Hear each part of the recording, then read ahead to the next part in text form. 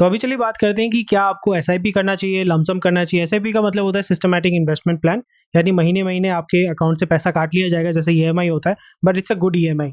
EMI तो आपके pocket से पैसा लेके जाता है, बट एसआईपी आपको पैसा जो है over a period of time दे के जाता है। सो एसआईपी अगर आप जॉब करते हैं, आपके पास उतना लमसम इन्वेस्ट करने का पैसा नहीं है, आप 150 रुपये से भी शुरू कर सकते हैं और जितना भी चाहे अप टू मैक्सिमम जो फंड होते हैं वो अप टू 5 लाख जो है आपको अपर लिमिट देता है कि 5 लाख तक आप मंथली जो है इन्वेस्ट कर सकते हो।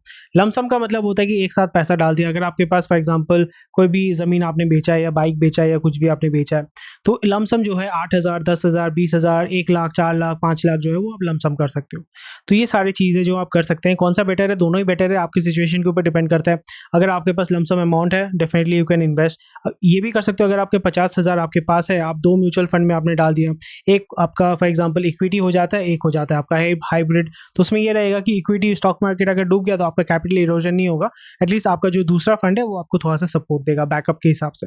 So this is how it works and it is completely upon you, आपका क्या सिचुएशन है।